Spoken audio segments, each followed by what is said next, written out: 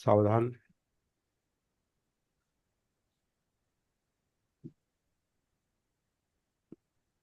तर धम्माचा आपण अशी चर्चा करत होतो.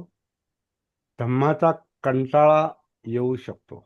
धम्म या विषयाचा बऱ्याच जणांना येऊ शकतो सुरुवातीला, आणि नंतरही येऊ शकतो. त्याचं कारण, एक कारण असं आहे.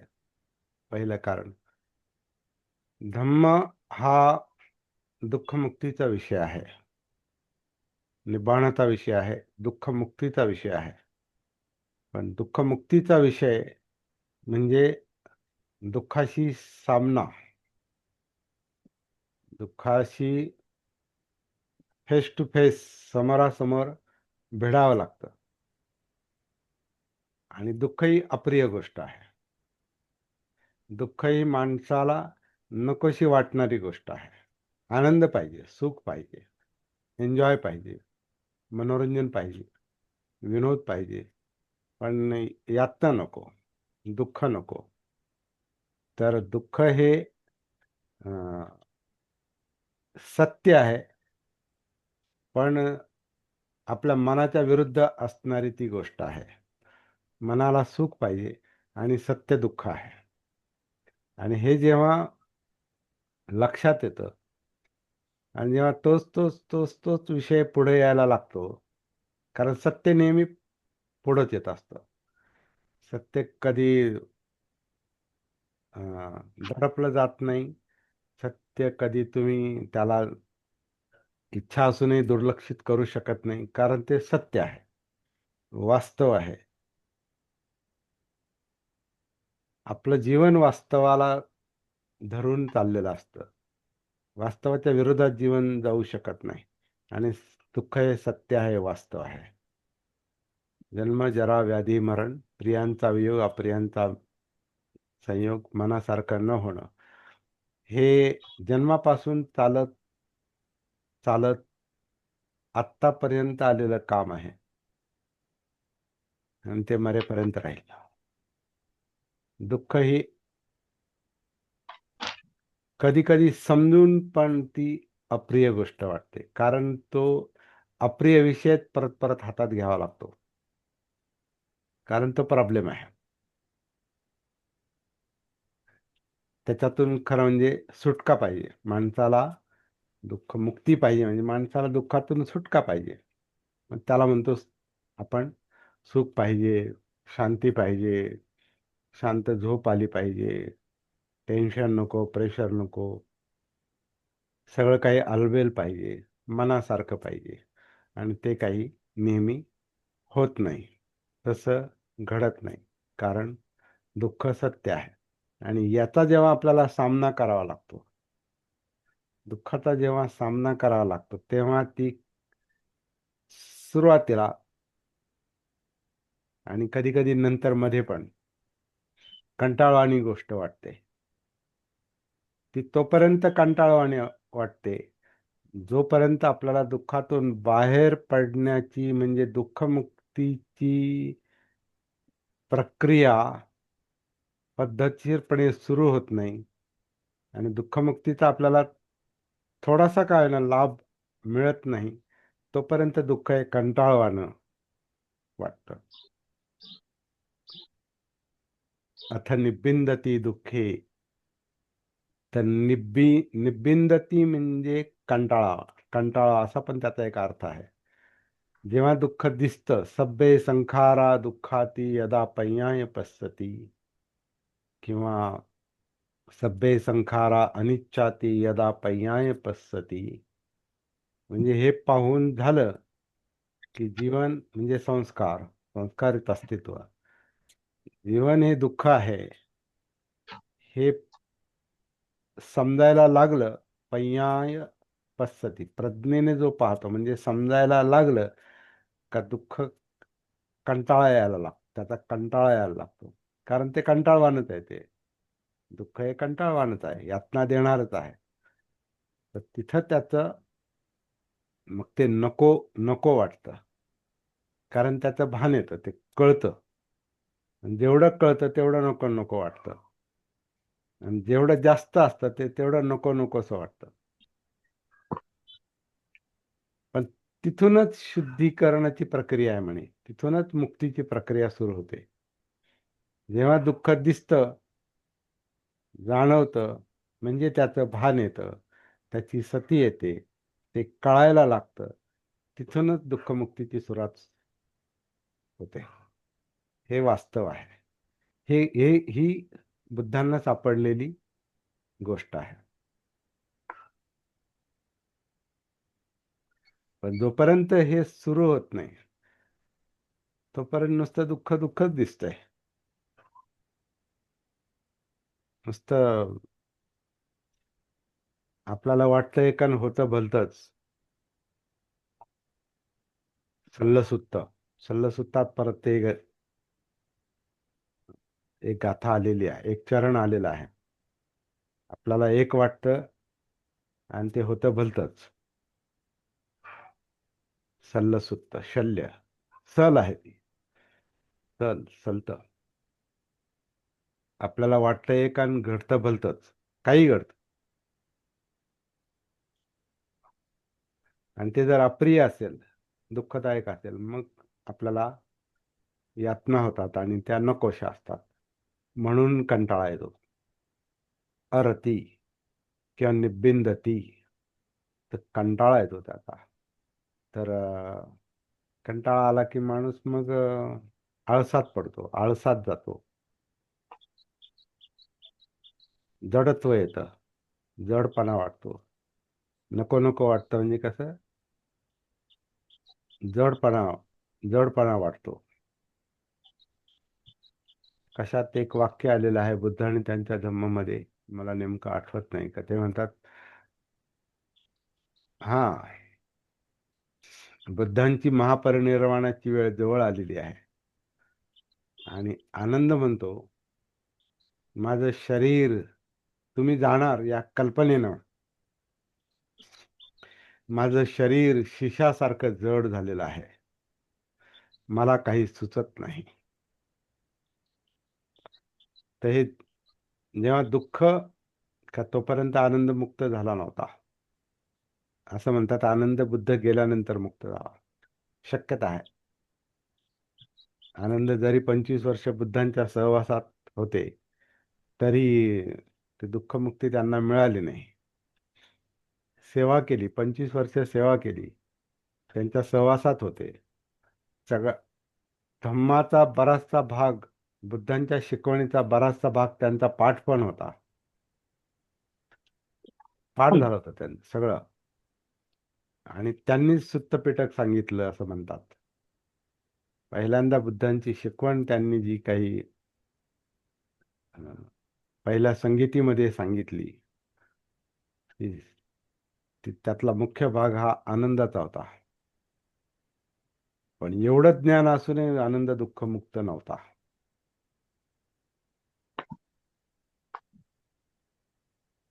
नंतर झाला. दुःखमुक्त नसल्यामुळे बुद्धांचं जाणं त्याला असह्य होत होतं, जाण्याची कल्पना. कारण बुद्धांनी शेवटी ते डिक्लेअर केलं 3 महिने आधीच,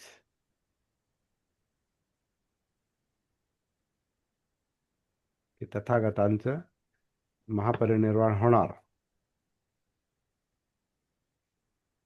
तर त्याच्या हे याला आधीच कळाल्यामुळं किंवा संघाला अधिक लोक त्याला दुःखी झाले असतील, पण आधीच कळाल्यामुळं अं, बऱ्याच जणांवर दुःखाचा डोंगर कोसळला असेल, त्यात आनंद पण होता.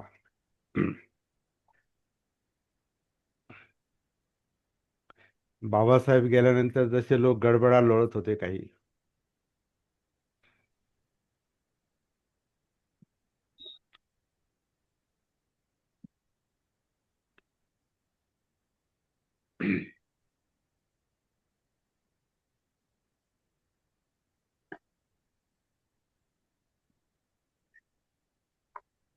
तर माणूस जड पडतो. दुःखानं माणूस जड होतो. यातना असह्य होतात. हम्म. म्हणून ते आनंद म्हटला की माझं शरीर शिशासारखं जड झालेलं आहे. ते जडत्व म्हणजे एक प्रकारचा आळसपणा आहे. कारण चित्ताचा मनाचा काही भाग ज्ञान असून पण ज्ञान असतं काय असंच आहे. जीवनाचं स्वरूप हे असंच आहे हे माहीत असून देखील, ज्ञान असून देखील ते सत्य स्वीकारण्याचं धाडस आणि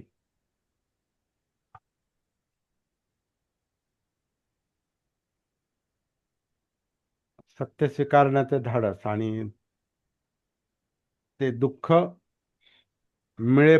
दुःखमुक्ती मिळेपर्यंत ती जी अवस्था होते ती माणसाला अ, दुर्बल पण करते, दुर्बल करते, जडत्व येतं, शरीर शिशासारखं जड होतं. असं ते अ, बुद्धांचं विधान आहे. तर आता शेजवळकर जे म्हणाले की कंटाळा का येईल, तर कंटाळा येऊ शकतो, कळून पण कंटाळा येऊ शकतो. कारण कळणं आणि त्याप्रमाणे वळणं ही सोपी सरळ गोष्ट नाही, ते अवघड आहे.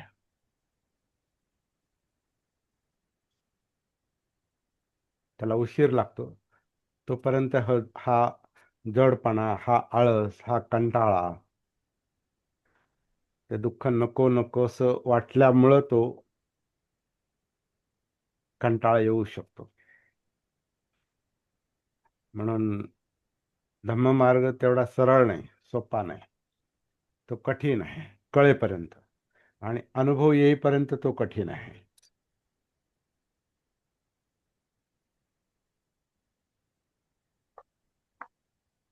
ज्ञान पुरेसं नाही. ज्ञानात जे सत्य आहे ते सत्याला सामोरं जावं लागतं, भिडावं लागतं. आणि ते भिडणं सोपं असतं, भिडणं अवघड असतं, ते सोपं नसतं.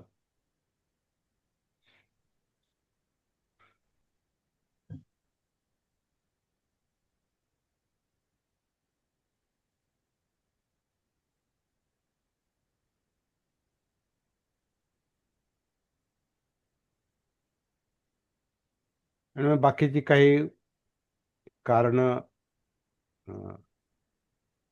व्यावहारिक कारणं किंवा काही काही घडामोडी, काही घटना अशा घडतात की आपण विचलित होऊ शकतो, डिस्टर्ब होऊ शकतो, नको नको होऊ शकतं, कंटाळा येऊ शकतो, आपण टाळू पण शकतो. आपल्या आता ह्या 5-10 वर्षामध्ये मी पाहिलेला आहे. आता हा जो विषय चाललाय आपला, काल एक मी 7 वर्षापूर्वीचा एक व्हिडिओ टाकला. 7 वर्षापूर्वी आग्र्यातला.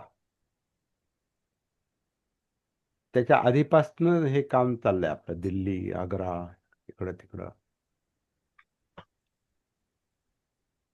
आणि त्यातल्या काही लोकांना एक अनुभव पण आलेला आहे.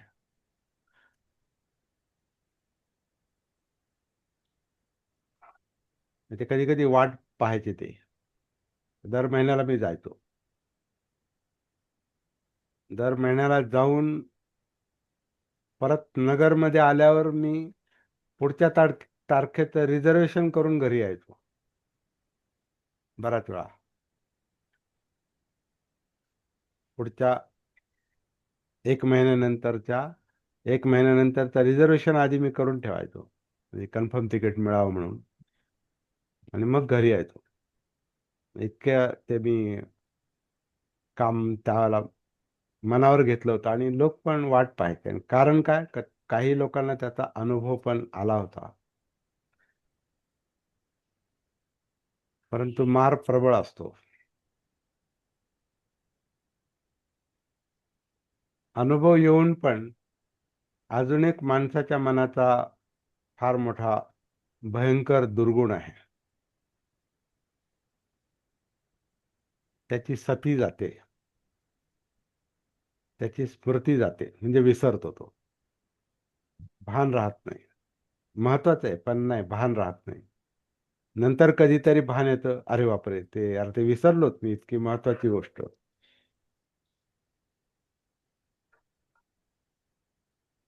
सती जाते. सती ही नेहमी उंबऱ्याच्या आत, उंबऱ्याच्या बाहेर अशी तिची पळापळ चाललेली असते. आपण स्वतःला विसरतो. स्वतःला विसरतो म्हणजे सत्य विसरतो. तर मी असं म्हणत होतो की 7 वर्षापूर्वीच्या आधीपासून, म्हणजे 10 वर्ष तरी मला झाले, सतीचा विषय चालू आहे. म्हणजे लोकांमध्ये बोलण्याचा, त्याचा प्रचार म्हणा किंवा लोकांना सती हा विषय सांगण्याचा. सांगायला सुरुवात त्याला 10 वर्षापासून झालेली आहे, त्याच्या आधीच झालेली आहे. काहींना अनुभव पण आलेत, परंतु ते लोक आज संपर्कात नाहीत. कधी निमित्तानं आठवण झाली किंवा फोन झाला, मग त्यांना आठवण येते, अरे ये तो आप कब से बता रहे हैं, कितने साल हो गए, आप वही बात कर रहे हैं, एक ही बात कर रहे हैं, और बहुत इम्पोर्टेंट है, महत्वपूर्ण है, लेकिन पता नहीं क्यों भूल गए. तर ते होतं. मनाचं स्वरूपच ते विचित्र आहे, विसरतं, विसरणे. म्हणून चांगल्या चांगल्या गोष्टी माणूस विसरून जातो आणि मग आळसात पडतो. तर आळस येण्याची अनेक कारणं आहेत. जीवनाचं स्वरूपच तसं आहे. म्हणून फार सावध राहावं लागतं. सावधानता. सती, जागृती ही 24 तास प्रॅक्टिस करण्याची गोष्ट आहे. 24 तास म्हणजे कधी? जेव्हा श्वास चालू असेल तेव्हा. जेव्हा आन चालू आहे तेव्हा आन सती, अपान चालू असेल तेव्हा अपान सती, अनापान चालू आहे तोपर्यंत अनापान सती, म्हणजे मरेपर्यंत अनापान सती, जर ती समजली असेल तर. तर सुरुवातीला आत बाहेर चालतं.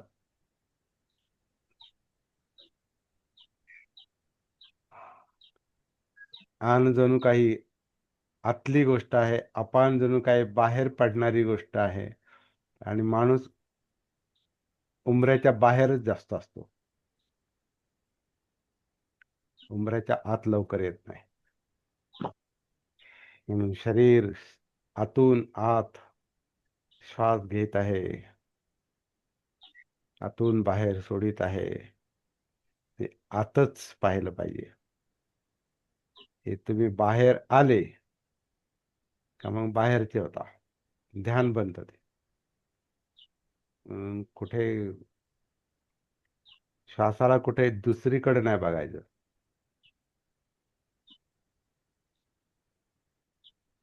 नाकाच्या खाली न घशामध्ये न कुठं नाही. बाहेर गेले का बाहेर चांगलं वाटतं ते, पण बाहेर असतो. आता स्पष्ट बोलतोय काही गोष्टी.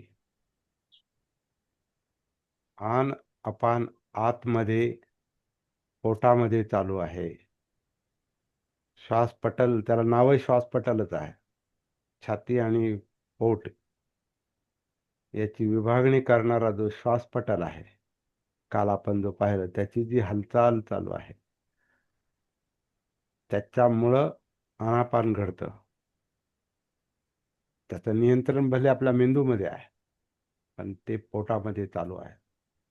एकतर असं पण एक निष्कर्ष आहे की आपला मेंदू जो आहे ना, हा पोटात पण आहे. युट्यूबवर मी ते पाहिलं, अरे म्हटलंय खरंच आहे. आपलं जास्त लक्ष पोटातच असतं. अन्नासाठी 10 दिशा, हे तर एक कारण असतंच. पोटासाठी 10 दिशा, अन्नासाठी 10 दिशा. खायला प्यायला पाहिजे, उदरभरण झालं पाहिजे. आणि आपली भीती ही पोटातच असते. पोटातच गोळा येतो ना. जेवढे जास्त भीती असते तेवढं पोटात गोळा येतो. आणि हबकून जो जातो माणूस, तर छातीत एकतर त्याच्यात दडपण येतं, पोटात गोळा येतो, म्हणजे खालीच आहे मन चित्त जे आहे ना, मेंदू पण, कारण त्याच्याबरोबर मेंदू पण जोडलेला आहे. का तर मेंदूतून निघालेल्या सगळ्या ज्या काही नसा आहेत त्या सगळ्या शरीरभर पसरलेल्या आहेत, मज्जातंतू. म्हणजे ते सगळीकडे आहे ते.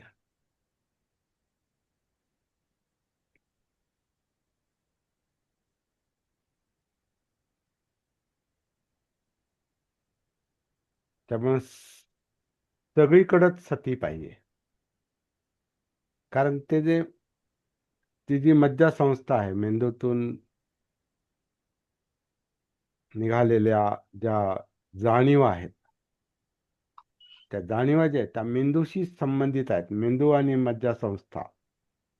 आणि मज्जा संस्था ही तुमच्या शरीरात सगळीकडे पसरलेली आहे, अगदी बोटापर्यंत, पायापर्यंत, टॉप टू बॉटम, डोक्यापासून पायापर्यंत आणि हाताच्या बोटांपर्यंत, सगळीकडे सगळीकडे ती मज्जासंस्था आहे, तो जिवंतपणा आहे, तो जाणीव आहे. त्यामुळे सगळ्याच शरीराचं भान म्हणून कायेत उतरावं लागतं. सती जागृती जर डेव्हलप करायची असेल तर कायेत उतरा. आणि कायेत उतरण्यासाठी आपल्याला सगळ्यात मोठा मुख्य आधार जो आहे तो श्वासाचाच आहे. म्हणून शरीर आतून आत आन करतं, अपान करतं. पोट, श्वासपटल त्याच्याही खाली, पोटात अगदी नाभीच्या खाली बेसपर्यंत आणि खांद्यापर्यंत तो सगळा जो धडाचा भाग आहे तो भात्याप्रमाणे आन आणि अपान करतो. त्याची जी हालचाल आहे त्याच्या निमित्तानं आत्ता चाललेली वर्तमानात, तो सतीचा विषय आहे. त्या अनापान सतीच्या निमित्तानं आपण कायेमध्ये उतरतो आणि मग कायानुसती सुरू होते. मग श्वासाचा विषय तो 2 नंबरला जातो. जो 1 नंबरला असतो तो 2 नंबरला जातो. तो तिथंच असतो, पण त्याच्यापेक्षा महत्वाचा पुढचा विषय येतो, काया. संपूर्ण काया. ते एकदम दिसत नाही, एकदम जाणवत नाही, एकदम त्याची सती येत नाही. ती थोडी थोडी थोडी थोडी येत जाते. तर ती जी थोडी थोडी सती जी आहे ती वेदनानुसती, जाणीवा, जाणीवा थोड्या थोड्या थोड्या थोड्या विकसित होत जातात. श्वासाच्या निमित्ताने आपण, आनापानच्या निमित्ताने आपण एंट्री करतो कायेमध्ये. म्हणजे कायानुसतीतून आपण, मी त्याला असं म्हणतो, अनापान सतीतून आपण काया अनापान सतीमध्ये जातो. म्हणजे काया आन करते, काया अपान करते, या प्रक्रियेत जातो आपण, या या घडामोडीमध्ये जातो. हे चालू आहे, या घडामोडीमध्ये आपण उतरतो आणि आनापान सतीतून आपण काया आनापान सतीमध्ये जातो. आणि नंतर आनापानचा विषय हा जेव्हा थोडा म्हणजे तो पुढे गरजेचा वाटत नाही, कारण आपण पोहोचलो पुढे आता. तो तो 2 नंबरला जातो. जे 1 नंबरला होतं ते 2 नंबरला जातं. आता पुढचं काम असंच, 2 नंबरचं काम हे 3 नंबरला जातं. म्हणजे कायानुसतीत आलो की मग आपण वेदनानुसतीमध्ये जातो. तेव्हा कायानुसतीचं काम हे चालूच असतं, परंतु त्याच्या पुढचं म्हणजे आतलं, आता हे उंबऱ्याच्या आत चाललोय आपण. 2 नंबरचं कमी होतं, 3 नंबरचं वाढतं, म्हणजे वेदनानुसती. जाणीवा. मग त्या जाणीवा आपल्या, त्या पण संपूर्ण शरीरभर आहेत. कारण जिथं काय आहे तिथं वेदना आहे. कुठले घ्या, कुठे टच करा तिथे तो आपल्याला काहीतरी जाणवतं. बोटाला टच करा काहीतरी जाणवतं, पायाला काहीतरी जाणवतं, संपूर्ण शरीरालाच काहीतरी जाणवतं. काल आपण पाहिलं थंड गरम, आता पण थोडस गरम होतंय. सगळ्या कायेला ते जाणवतं. आता पंखा चालू केला, सगळ्या कायेला थंडावा जाणवणार, हवा जाणवणार. हवा नाही जाणवली तरी हवा पण जाणवते आता. आणि थंडावा पण जाणवणार आणि संपूर्ण कायेला जाणवतो. ऍक्च्युली कायेला नाही जाणवत, तो वेदनांना जाणवतो. आणि त्या वेदनांमध्ये आता या क्षणी लगेच गरम होण्याचं जे दुःख आहे ते थंडाव्याच्या सुखाकडे लगेच रूपांतरित झालं. हा, आता बरं वाटतं. पंखा लावला, हा बरं वाटलं. म्हणजे लगेच दुःखाचं रूपांतर, किंवा दुःख म्हणा किंवा अनकम्फर्टेबल म्हणा, असं म्हणजे ठीक नाही वाटत ना. गरम झालं की मग ठीक नाही वाटत. गरम होतो, घाम येतोय आणि थोडीशी अस्वस्थता वाटते, ती लगेच स्वस्थ वाटायला लागते. गारवा.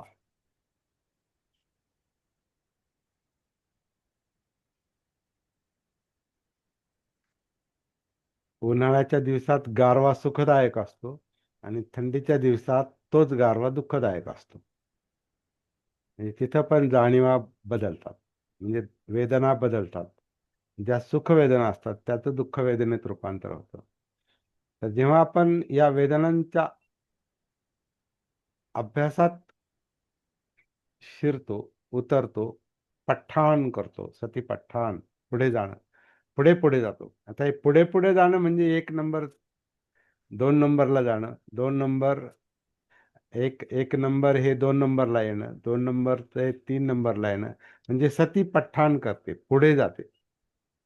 आधी श्वास, श्वास मागे पडतो, मग काया, काया मागे पडते, मग जाणीवा म्हणजे वेदना, वेदनांमध्ये सुख दुःख. त्यात उदाहरण म्हणून आपण आता पंख्याचं किंवा गरम थंड, गरमी आणि गारवा याचं उदाहरण घेतलं, तर ते सुखदुःखाचं एक, वेदना, जाणीवांचं ते उदाहरण झालं.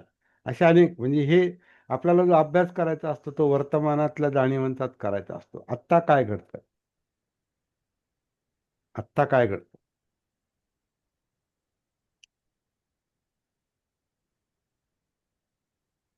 मनमाडहून परत येताना माझं पाकिट हरवलं, काल, परवा.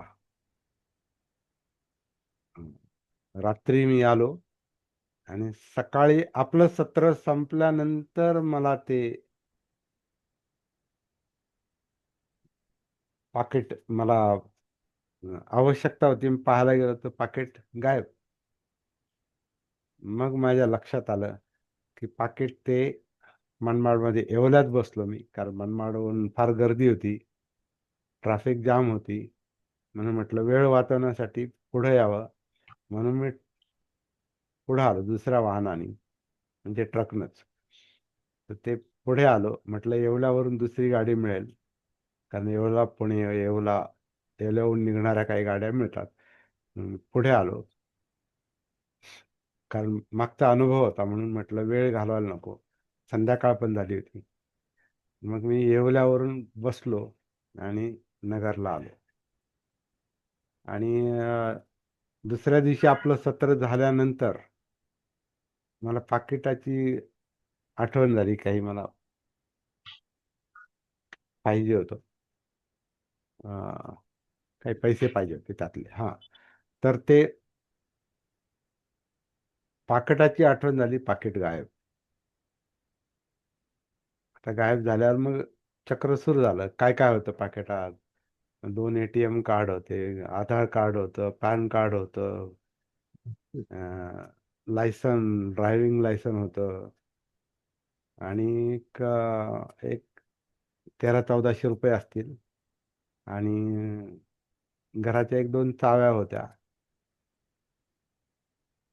ते बाकीचं ते परत मिळेल, किंवा चाव्यांचा फार महत्वाचं नाही, आहेत घरामध्ये दुसऱ्या. अं, पैसे काय 1200-1300 होते, त्यामुळं आजकाल त्याचं काय, रुपयाची किंमत कमी झाली आपल्या मनामध्ये. पूर्वी 1 रुपया खूप वाटायचा, आता 12,000 रुपये पण 1200-1300 रुपयाचं तेवढं टेन्शन येत नाही. बाकीचं जे पॅन वगैरे, आधार, ते घरामध्ये दुसरं डुप्लिकेट आहे, पॅन कार्ड काढावं लागेल. ह्या सगळ्या गोष्टी आठवायला लागल्यावर मग ते तसं तसं तशा तशा फिलिंग निर्माण झाल्या. पण मला, हम्म. जोपर्यंत मला ATM ची आठवण आली नाही तोपर्यंत मी आराम पण करत होतो, कारण झोप होती. तुम्ही काल बोललो आपण, तर झोपेची गरज होती, म्हणून मी झोपून गेलो.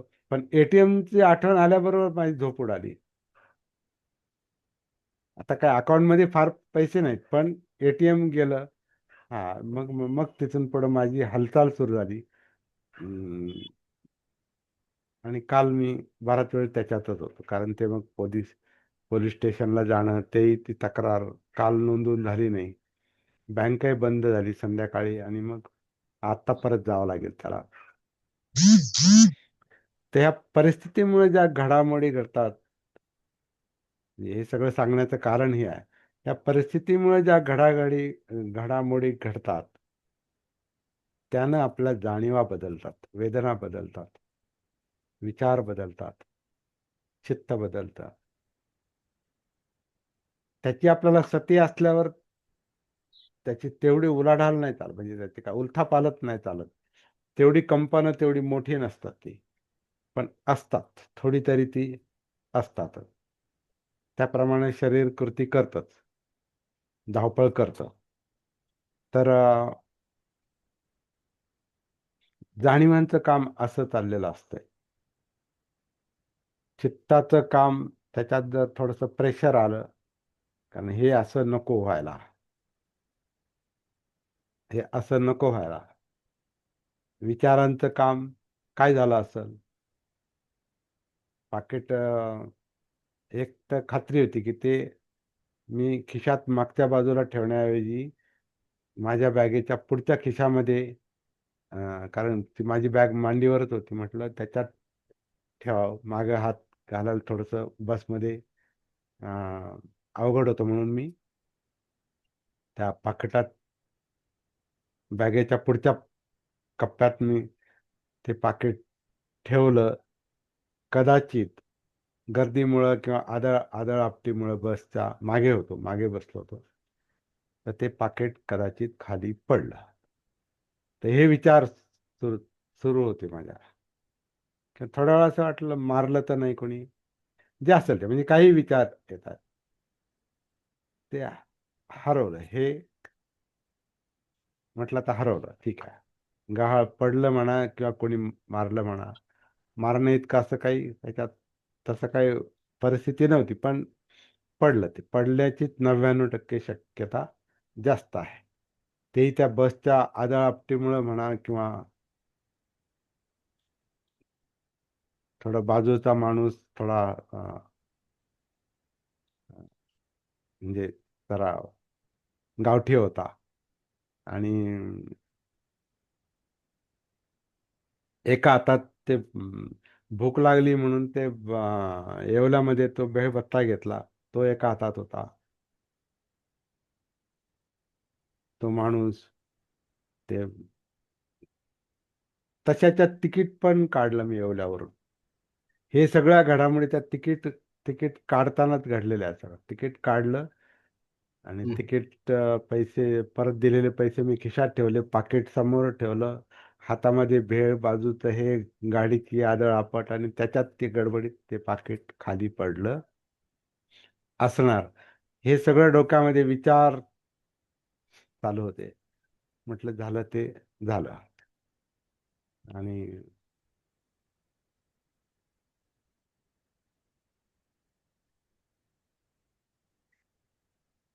चित्तात जे येतं, हे असं व्हायला पाहिजे, नको व्हायला पाहिजे, हे चित्तातले चित्ताला धरून चालणारे चालणारे विचार, हे सगळ्याची जेव्हा आपल्याला सती असते तेव्हा पूर्वीसारखा त्रास होत नाही. आधी सारखा तो सती नसताना जो त्रास असतो तो सती असताना नसतो. घटना त्याच आहेत, पण आपली मानसिकता बदलते. सतीमुळं दुःख मुक्ती येते. दुःख म्हणजे ते तणाव मुक्ती येते. आता एक छोटस उदाहरण आहे. हेच जर जेवढं मोठं दुःख तेवढी मोठी जर सती असेल तर ते दुःख मुक्तीमध्ये कन्वर्ट होतं. तिथंच आहे, जागेवरच ते काम होतं. आणि ते नुसतं सतीमुळे नाही होत. सतीमुळे आधीच्या सतीच्या प्रॅक्टिसमुळं आपल्याला जे अं, सत्य लक्षात येतं, म्हणजे धम्म लक्षात येतात, कार्यकारण भाव लक्षात येतो, जीवनाचं स्वरूप असंच आहे हे लक्षात येतं. हे असंच असतं, जीवन हे असंच असतं, सगळं अपेक्षेनुसार चालत नसतं, हे जेव्हा लक्षात येतं तेव्हा त्या सगळ्याचा परिणाम दुःखमुक्ती होतो. म्हणजे ताण ताण कमी होतो, टेन्शन कमी होतं.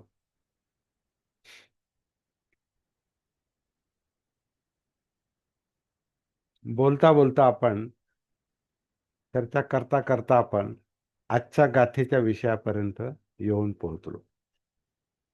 आजची गाथा जी आपण 3 गाथाचं काल पठण केलं त्यातली एकच गाथा काल आपण पाहिली. 190वी गाथा काल आपण पाहिली. जो बुद्ध धम्म संघाच्या शरणास बुद्ध धम्म संघाला शरण येतो आणि 4 आर्य सत्य पाहतो, तेच त्याचं अंतिम शरणस्थान आणि खरं शरणस्थान आहे. तिथंच दुःखमुक्ती आहे. हे आपण काल पाहिलं. आणि आता आजच्या याच्यामध्ये हे 4 आर्य सत्य कोणते, मग आता एक मुद्दा पूर्ण करतो की अनापान सतीतून जेव्हा आपण कायानुसतीत येतो तेव्हा 1 नंबरला जी आनापान सती असते ती मग 1 नंबर त्याच्या पुढची जी सती 2 नंबरची आहे ती कायानुसती किंवा काया आनापान सती.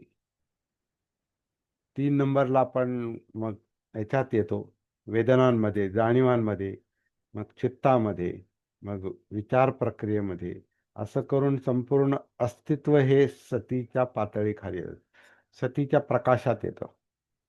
आणि मग ते सगळं आपल्याला अं, स्पष्टपणे जाणवू शकतं. जेवढी सती तेवढं जाणवतं. जेवढे आपण आत असतो, घरात, उंबऱ्याच्या आत आणि मग घरात, तुला आम्ही पाहिले अनेक जाती संखार, ती गाथा फार महत्वाची आहे. आता तुला मी पाहिले, हे जे बुद्धांचा अनुभव आहे,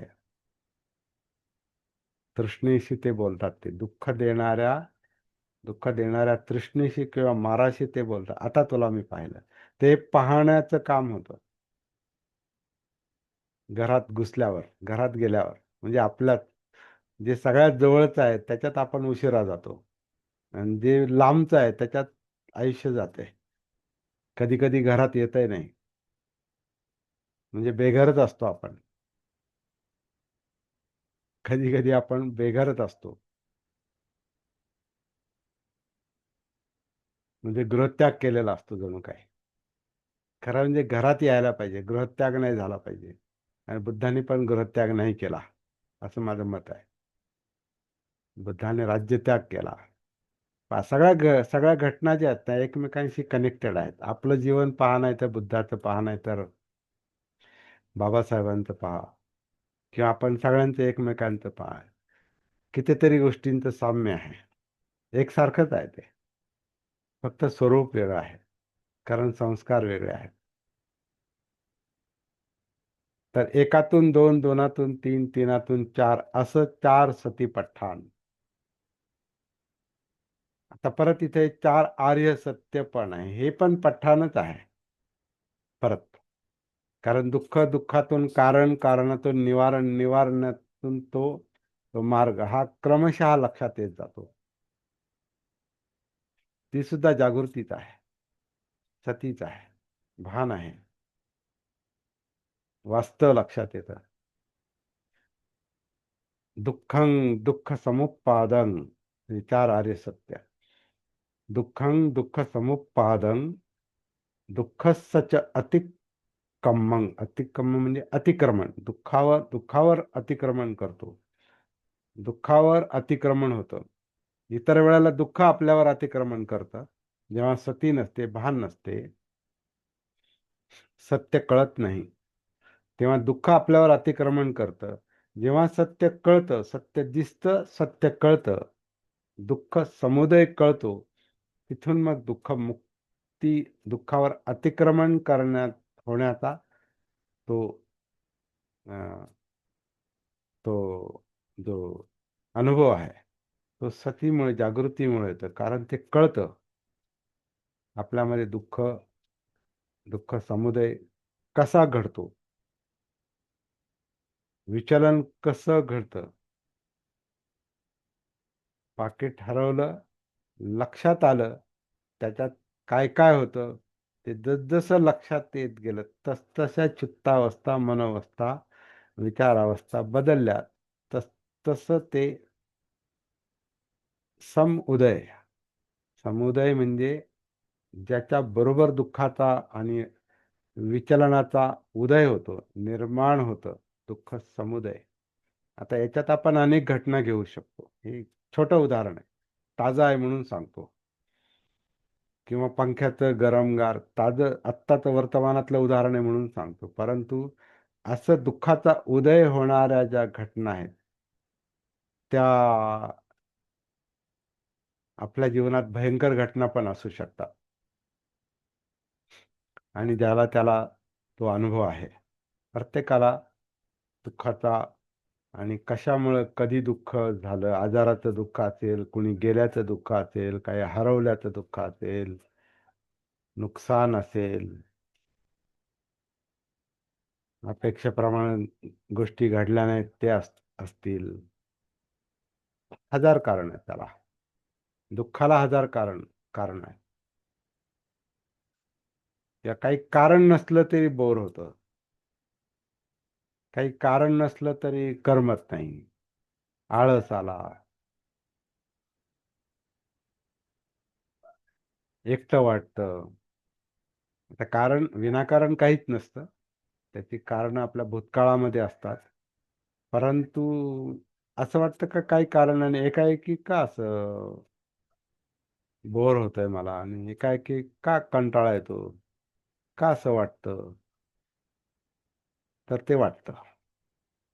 ते जेव्हा तसं वाटतं, घडतं, तिथल्या तिथं ते आपल्याला तो त्रास जाणवतो, म्हणजे यातना जाणवतात, दुःख जाणवतं.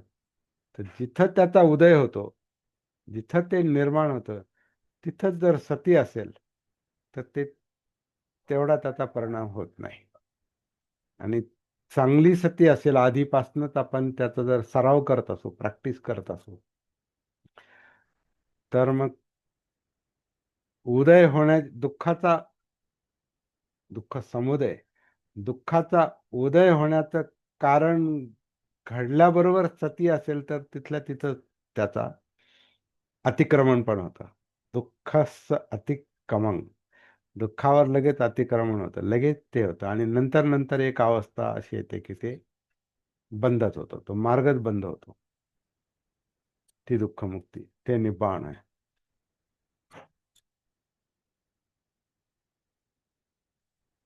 तर हे जे सगळं समजतं, हे चार आर्य सत्य समजणं आहे, किंवा सतीपठ्ठाण समजणं आहे. आता याच्यामध्ये जो मार्ग म्हणून चौथं सत्य जे सांगितलंय, तो अष्टांग मार्ग सांगितलेला आहे. आणि अष्टांग मार्ग हे चौथं आर्य सत्य आहे, असं हे बऱ्याच ठिकाणी म्हटलेलं आहे. किंवा पहिलं बुद्धांचं जे धम्मचक्र प्रवर्तन सुत्त आहे, पहिलं पहिलं प्रवचन बुद्धांचं सारनाथला दिलेलं पंचवर्गीय भिक्षूंना. तर त्याच्यामध्ये दुःख निवारणाचा मार्ग, दुःखमुक्तीचा मार्ग हा अष्टांग मार्ग सांगितलेला आहे. आणि तेच प्रवचन जास्त करून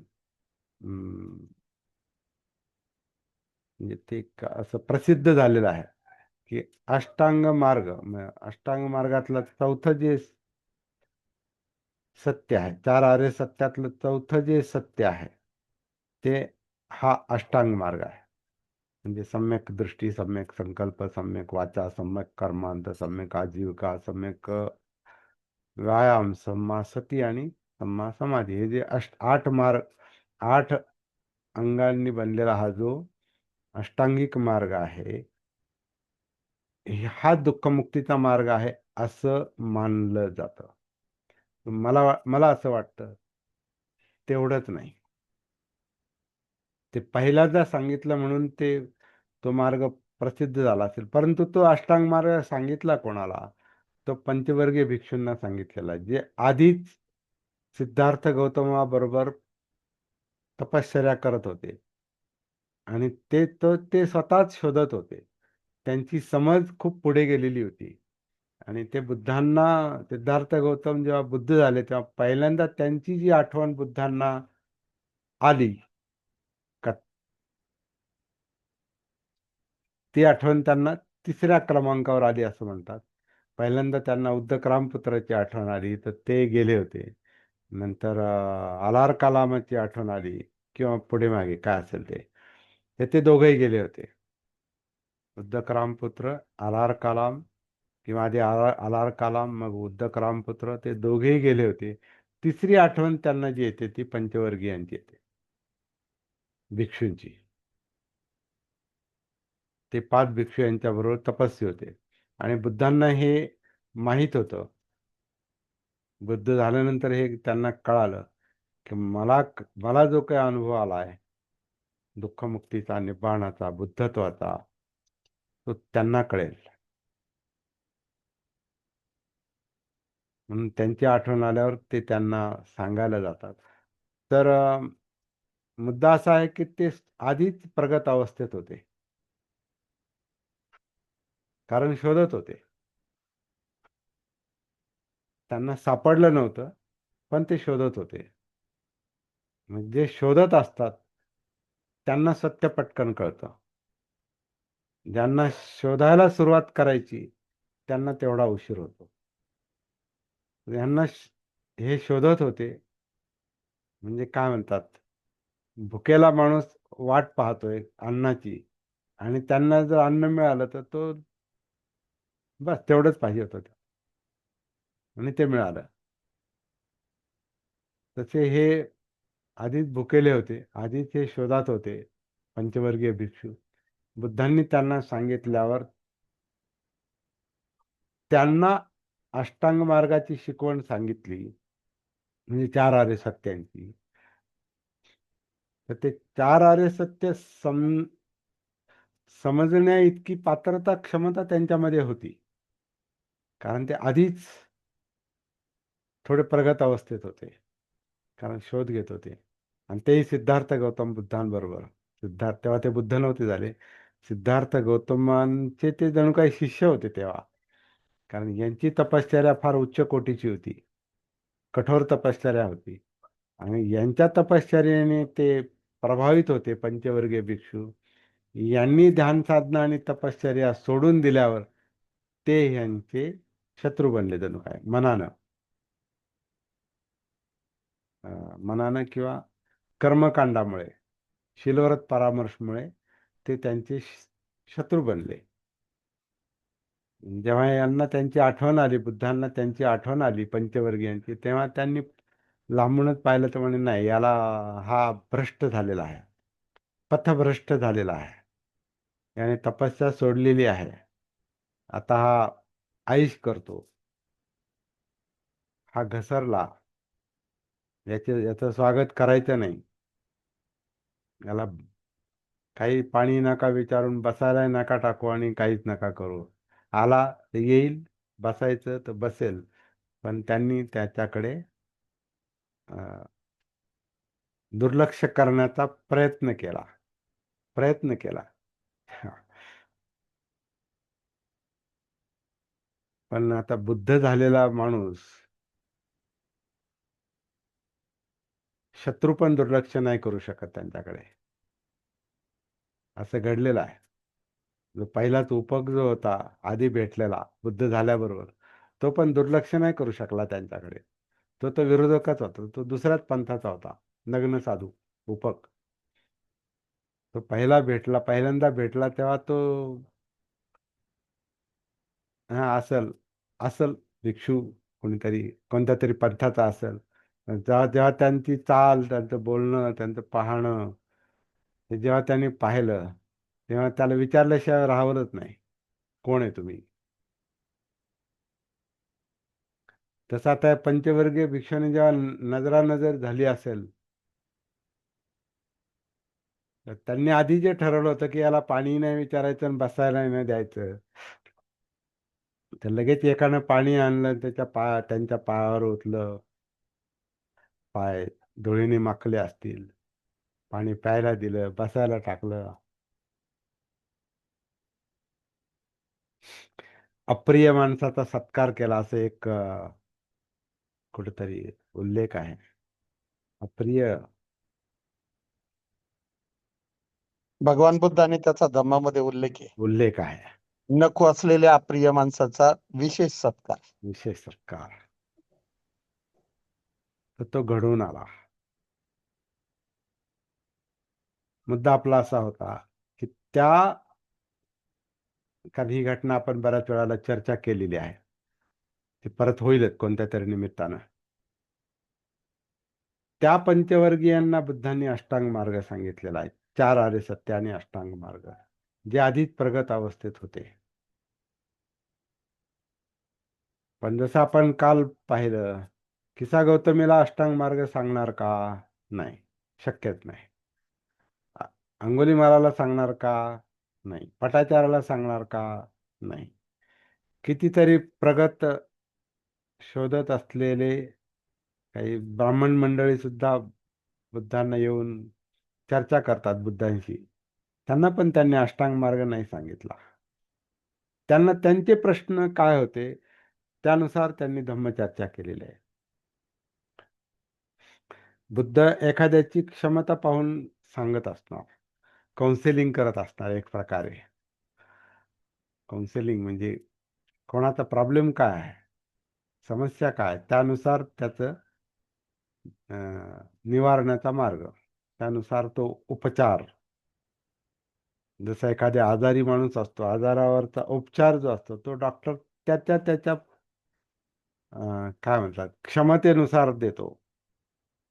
की तुम्हाला दुसरं काही आजार आहे का, शुगर आहे का, बीपी आहे का, तुम्हाला कोणत्या गोळ्यांची ॲलर्जी आहे का, तो आधी बाकीचं विचारतो तो, आणि मग तो औषधं देतो. तसं हे बुद्धांचं पण जे आहे, ते बुद्धांना अं, महाभैषज्य पण म्हटलेलं आहे. महाभैषज्य म्हणजे मोठा वैद्य, मोठा डॉक्टर, महावैद्य, महाभैषज्य हे सुत्तच आहे त्याचं.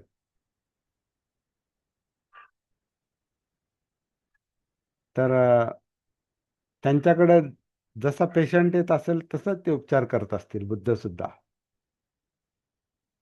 काय प्रॉब्लेम आहे त्याचा, त्याप्रमाणे डिस्कशन, चर्चा, जाणून घेणं, प्रश्न समजून घेणं, आणि उत्तर एकच असेल की पहा, तुझं तू पहा. फक्त ते कसं पाहायचं तेवढं ते सांगत असतील कौशल्यानं.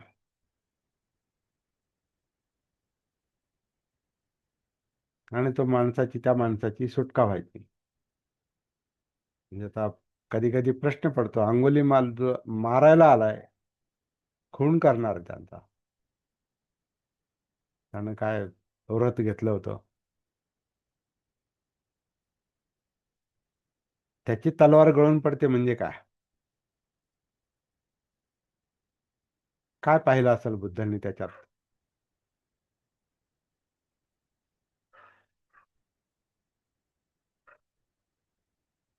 तर ते बुद्ध आहेत. त्यांचं कामच वेगळं. जसं बाबासाहेबांचं कामच वेगळं. अस्पृश्यांना, गुलामाला गुलामीची जाणीव करून द्या. गुलामाला शिक्षा नका करू, चुका करणाऱ्याला शिक्षा नका करू, मूर्खाला मूर्ख नका म्हणू. तो मूर्ख शहाणा कसा होईल ते पहा. जो गाफील आहे, जो जडत्वाने पछाडलेला आहे, अज्ञानी आहे, त्याला ज्ञानी करा. त्याच्या अज्ञानाचा गैरफायदा नका घेऊ. स्तुती करून एखाद्याला चढवू नका. काही माणसं आहे ना, अज्ञानाची गरिबीची दया येते आणि तो फक्त हळहळ करतो किंवा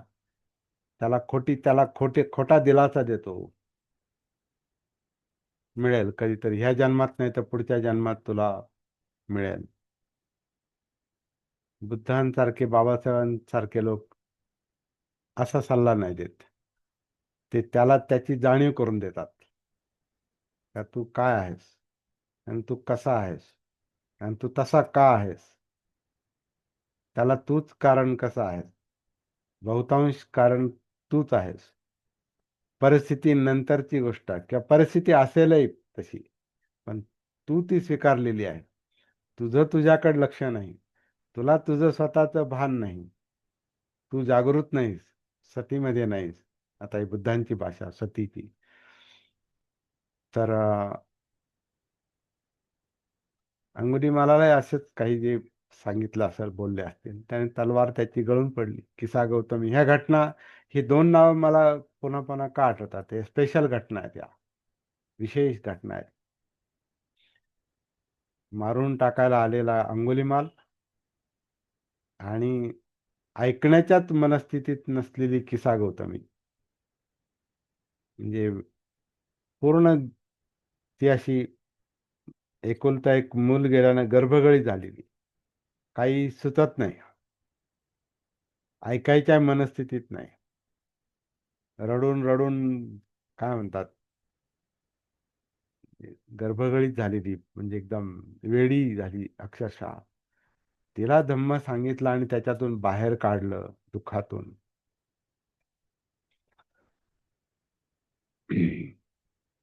वेगळं आहे ते. तिथं कुठं अष्टांग मार्ग सांगणार. त्यामुळे अष्टांग मार्ग ही पहिली शिकवण नाही माझ्या मते, किंवा चार आर्य सत्यांची. आता काही गोष्टी अशा आहेत ग्रंथात आल्यात म्हणजे ते तसंच असेल असं एक अंधळ समर्थन आपल्याकडून होतं. आणि ह्याच गोष्टीला बाबासाहेबांनी आव्हान दिलेलं आहे की नाही, विचार करा. बुद्ध असं करतील का, असं सांगू शकतील का, ते जिथं सांगितलं तिथं ते तसं सांगू शकतील का. कधी कधी मला असं वाटतं, किसा गौतमी ऐकण्याच्याच मनस्थितीत नाही. तिला जा आणि घरातल्या मोहरी घेऊन ये, एखाद्या अशा घरातल्या आण की तिथं कोणी मेलं नाही, मग मी त्या मुलाला जिवंत करतो. गोष्ट म्हणून चांगलं आहे ते, पण प्रत्यक्षात ती त्या मनस्थितीतच नाही ना. ती उठल आणि जाईल आणि विचारत बसल लोकांना, तुमच्या घरात कोणी मेलंय का.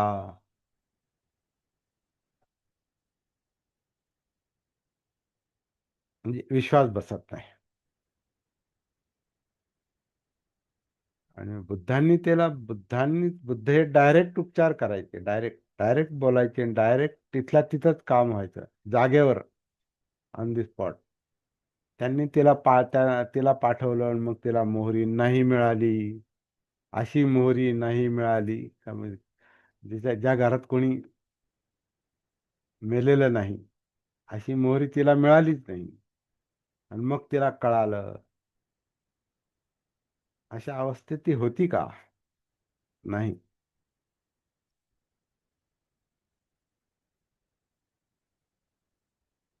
तर जणू काही म्हणजे बाबासाहेबांच्या संदर्भात आपण बोलतो, काही ज्या घटना नोंदवल्या गेलेल्या आहेत, त्या काही याच्या वाढवून चढून पण सांगितलेल्या आहेत, किंवा त्यांचं मूळ स्वरूपच बदललेलं आहे. बुद्धांच्या शिकवणीतलं इव्हन गाथांमधलं सुद्धा आपण पाहतो की काही गाथामध्ये अशा काही गोष्टी आहेत किंवा अशा मिस्टेक्स आहेत की ते लोकांनी नंतरच्या लोकांनी त्या केलेल्या आहेत. चुकून झाल्या असतील, केल्याच असतील असं नाही, चुकूनही होऊ शकतात किंवा काही लोक एवढे हुशार आहेत की बुद्धांची शिकवण विकृत करायची तर मुद्दाम पण करू शकतात. तर त्यांच्याकडे ती कला आहे. विद्वानांकडे ती कला असते. शब्द शब्द बदलण्याची, शब्द फिरवण्याची, शब्द विकृत करण्याची, दिशाभूल करण्याची, अज्ञानी माणसाला आणखीन फसवण्याची, ही जी त्यांची हे असते, त्यांचा जो धूर्तपणा असतो, अशा माणसांनी बुद्धांची शिकवण विकृत पण केलेली आहे. आणि म्हणून बाबासाहेब म्हणतात की निकायांनी, त्रिपिटकातल्या निकायांनी म्हणजे सुत्त पिटकांनी, जे सुत्त पिटक बहुतांश आनंदानं सांगितलं, असं आपण मगाशी म्हणालो, तर त्याच्यानंतर अनेक लोकांनी त्याच्यामध्ये फेरफार केले असण्याची शक्यता आहे. आणि त्याच्यामुळे बुद्धांची शिकवण आणि बुद्धांचं म्हणजे सिद्धार्थ गौतमांचं चरित्र हे विकृत बनवलेलं आहे. एक गोष्ट गृहत्यागाची आहे. याच्यावर आपण बरीचशी चर्चा केलेली आहे. तर अष्टांग मार्ग, आर्य अष्टांगिक मार्ग हे चौथं सत्य मानलेलं आहे. मार्ग हे सत्य आहे, अष्टांगिक मार्ग हे चौथं सत्य असेल असं म्हणण्यापेक्षा मार्ग हे सत्य, दुःखमुक्तीचा मार्ग आहे हे सत्य आहे. जसं दुःख सत्य आहे, दुःखाला कारण हे सत्य आहे, विनाकारण काहीच घडत नाही, प्रत्येक गोष्टीला कारण आहे. दुःख आहे, दुःखाचं कारण आहे, ते सत्य आहे. दुःखाचं कारण सापडलं तर दुःखाचं निवारण होऊ शकतं, म्हणजे निबाळ मिळू शकतं, हे सत्य आहे. आणि त्या दुःख निवारणाचा मार्ग आहे, जो धम्म आहे, सद्धम्मा, तो मार्ग आहे, हे सत्य आहे. हे चार सत्य आपण म्हणू शकतो. बाबासाहेबांनी तर त्याच्यावर पण प्रश्न निर्माण केलेला आहे की चार आर्य सत्य बुद्धांनी जी सांगितली ती नंतर जोडली का, विचार करायला सांग, नाकारले नाही त्यांनी. बुद्धांनी बाबासाहेबांनी चार आर्य सत्य नाकारली नाहीत, कारण ती नाकारली जर असती तर मग बुद्धांनी त्यांच्या धम्मामध्ये आतमध्ये त्यांनी चार आर्य सत्यावर चर्चा केली नसती, लिखाण केलं नसतं. पण ते केलेलं आहे. भगवान बुद्धांचं पहिलं प्रवचन म्हणून जे आहे ते चार आर्य सत्यावरच आहे. पण प्रस्तावनेमध्ये बाबासाहेब त्याच्यावर चर्चा करायला सांगतात. चार दृश्य, चार सत्य, पुनर्जन्म आणि असे काही प्रश्न त्यांनी निर्माण केलेले आहेत. अजून एक काहीतरी आहे. तर हे मुख्य मुद्दा असा आहे की धम्माचा जो अभ्यास आहे ना, हा उघड्या डोळ्यानं केला पाहिजे, म्हणजे जागृत राहून, सतीमध्ये राहून, भानावर राहून, आहे तसंच आंधळेपणानं स्वीकारायचं आणि मान्य करायचं आणि ते दुसऱ्याला सांगायचं. ह्याच्यामुळेच बुद्ध धम्माचा ऱ्हास झालेला असेल असं बाबासाहेबांना लक्षात आणून द्यायचंय. ही गोष्ट आपल्याला समजून घ्यावी लागते. तर आर्यठंगिकं मग्गं दुःख उपशमगामिनं, अं, खरं शरणस्थान कोणतं आहे? जसं आधीच्या गाथांशी यांचा संबंध आहे, ते आपण विसरणार नाही. की तुम्ही पर्वतात जा, नाही तर वनांमध्ये राहा, नाही तर उद्यानात राहा, नाही तर वृक्षांच्या ह्याच्यामध्ये राहा, वृक्षाच्या आश्रयाला राहा, नाही तर लेण्या किंवा चैत्यामध्ये जाऊन आश्रय घ्या. तर हे सगळे आश्रय जे आहेत ते कल्याणकारक नाहीत, मंगलकारक नाहीत. आजच्या ह्याच्यात आपण हेही पाहू शकतो की लोक दुःखमुक्तीसाठी किंवा त्रास हे करण्यासाठी कुठल्या तरी कुणाच्या तरी मागे जातात, कुठेतरी दुसरीकडे नाही ना तिथंच गेल्यावर ते होईल. दुःख इथं आहे, इथं कारण इथंच आहे, निवारण इथंच आहे. त्यामुळं कुठेतरी आपण जाऊ, एखाद्या केंद्रावर जाऊ, नाही तर शिबिरातच जाऊ आणि मग असंच करू, तसंच करू आणि मग ते मिळेल. तर ही आशा आहे. हे आपल्याला वाटतं. कशामुळे वाटतं? की दुःख नेमकं कुठं आहे आणि त्याचं कारण कुठं आहे, हे आपल्याला जोपर्यंत लक्षात येत नाही, तोपर्यंत ही आपली अशी उंबऱ्याच्या बाहेर धडपड चाललेली असते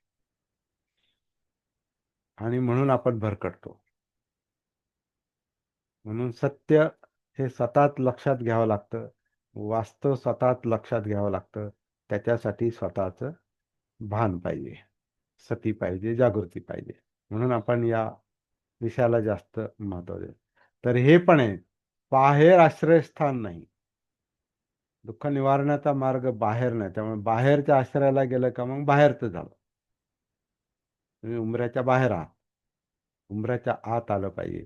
हा श्वास, ही काया, जाणीवा, चित्त, मनोधम्म, त्याच्यातच दुःख आहे, त्याच्यातच दुःख समुदय आहे, कारण आहे, तिथंच निवारण आहे, तिथंच दुःख मुक्ती आहे.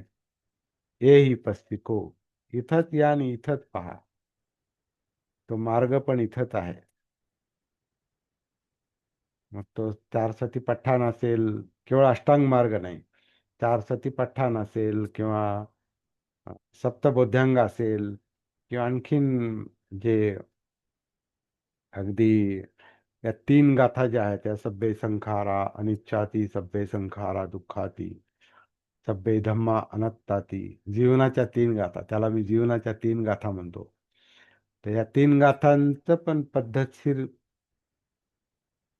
अं, अभ्यास आणि परीक्षण निरीक्षण केलं आणि ते जीवनात लागू करून पाहिलं. तर हा खरं आहे, सर्व संस्कार हे गतिशील आहेत, अनित्य आहेत, प्रवाहित आहेत, स्थिर असं काहीच नाही. हे जेव्हा आपण थेट पाहतो, डायरेक्ट एक्सपिरियन्स घेतो, अनुभव घेतो, तेव्हा आपल्याला ते सत्य कळतं. सब्बे संखारा दुःखाती, हे जेव्हा सत्य आपल्याला कळतं, डायरेक्ट आपण पाहतो, तेव्हा त्यातलं ते सत्य आपल्याला उलगडतं आणि त्याचा मग दुःखमुक्तीसाठी फायदा होऊ शकतो. तर दुसरं कोणतंही शरणस्थान नाही. आपलं शरणस्थान हे आपल्यात आहे. अत्तदीप भव.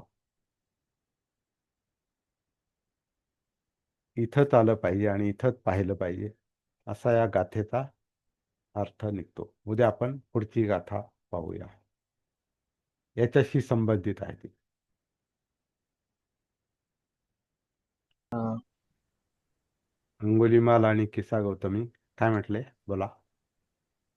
शेवटी शेवटी उदाहरण नाही, उदाहरणं यासाठी की म्हणजे ते कसं लक्षात आपण घ्यायला पाहिजे की कसं काय म्हणजे हे लोक धम्माच्या शरण आली, त्या दोन्ही हम्म. व्यक्ती जे आहेत, हा, हा. म्हणजे हे फार मोठं एक हे आहे. ते गुढ गुढ गुढ कल्पना, वाटतं हे. हा, कल्पनाही करू शकत. कल्पना करू शकत नाही. हं. शरण आली आणि मुक्त झाली, नुसते शरण नाही आले. ते हा त्यांच्या मग त्यांच्या त्यांच्या प्रॉब्लेम मधून, प्रश्नामधून बाहेर पडले ते. हा, सत्य हे लक्षात आलं. सत्य लक्षात आलं, प्रश्न सुटला. प्रश्न सुटणं महत्वाचं आहे. हं. प्रश्न जर सुटत नसेल तर मग आपण ज्या मार्गाने चाललो त्याचा पुनर्विचार करावाच लागतो. स्वतःला आपण फसवू शकत नाही फार काळ. फसवणं ठीक नाही. ते आपण अज्ञानातून फसवतो, स्वतःलाच फसवतो कधी कधी. चूक, ते चुकीचे असं नाही, आपल्याला लक्षात येत नाही. बरोबर. ते जाता जाता मी एवढंच हा, हा, म्हटलं, चर्चा ही चर्चा ही वाढतच राहणार आहे आणि हा, अजून काही आपला काळ संपलेला नाही, हा, भरपूर आहे. हा, हा. भरपूर पुढे काम आहे आपला अजून. प्रवास चालूच राहणार. हा, ठीक आहे. हा, हा. Okay, okay, okay. Hello sir. हा, बोला बोला.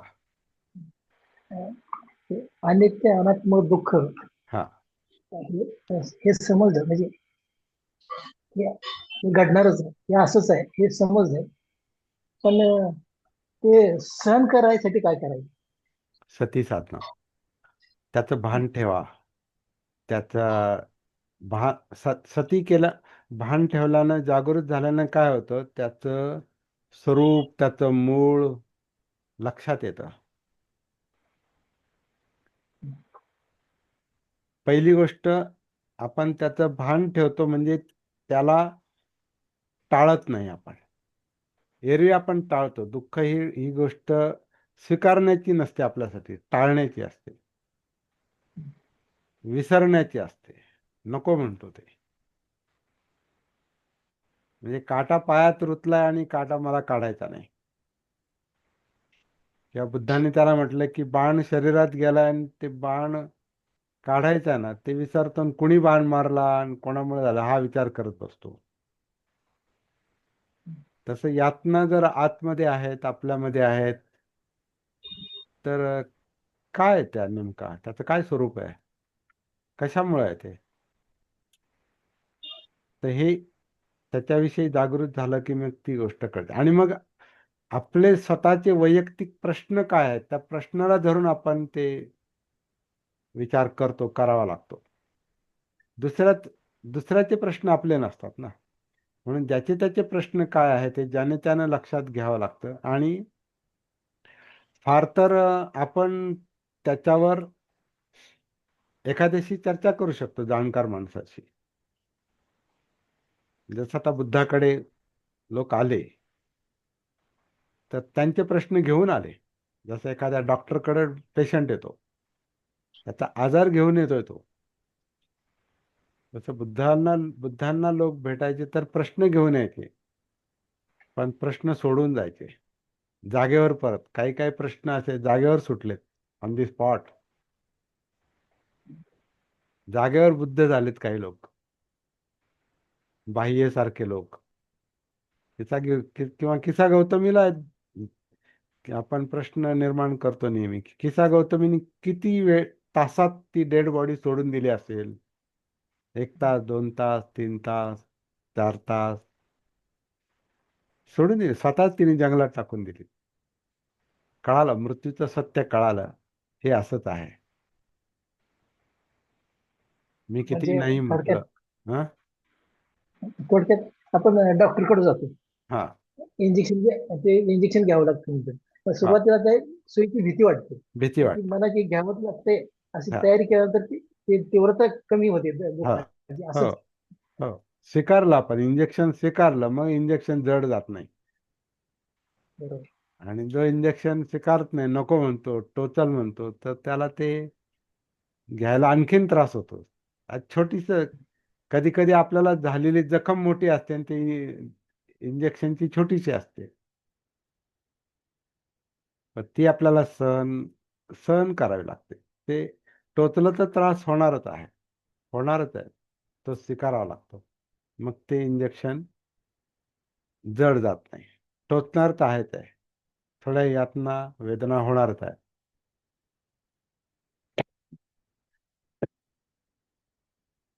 समज महत्वाची आहे.